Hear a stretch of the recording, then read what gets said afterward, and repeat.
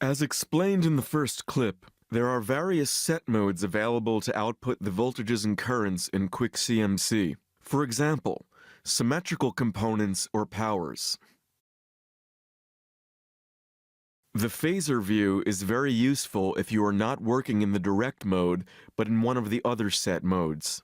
The main function of this window is to show the actual outputs of the CMC generators. Having the phasor view activated and set to the output values mode is therefore strongly recommended. By right-clicking on the phasor view, you can always switch to other display modes to show calculated components in relation to the values you set in the test view.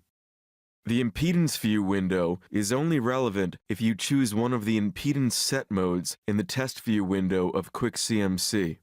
In this case, the impedance view shows you the fault impedance that you have set in the analog outputs table, but you can also set the values by clicking on the impedance plane.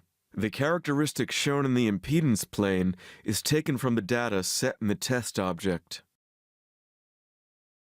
The step and ramp functionality in test view lets you increase a certain quantity to perform basic pickup, drop-off, or trip time testing of all protection functions. Depending on the selected set mode, you can ramp relevant quantities including voltages, currents, powers, and impedances. Use the signal and quantity drop-down menus to set the combination of your choice. The selected output quantity can be ramped in two ways, manually or using the auto step option. To ramp manually, you can either use the up-down button or the mouse wheel to increase or decrease the output values by the defined step size.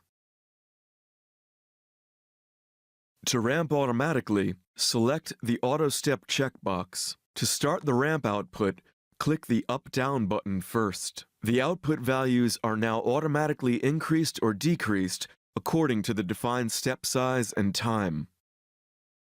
Note that the signal step time cannot change more quickly than 100 milliseconds from one step value to another. The ramp will stop when the trigger condition is met or when the up-down buttons are clicked again.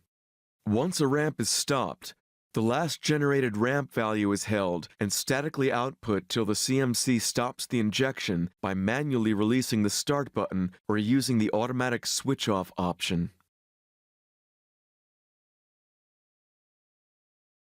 Select the pulse ramping option when testing the values of a multifunctional protection relay with overlapping characteristics or functions. A pulse ramp inserts a reset state in between two consecutive ramp pulses. In this way, for example, the second element of an overcurrent protection can be tested. This is of particular use as we do not need to deactivate the pickup function of the relay. In terms of functionality, pulse ramping only works when the Auto Setup checkbox is selected.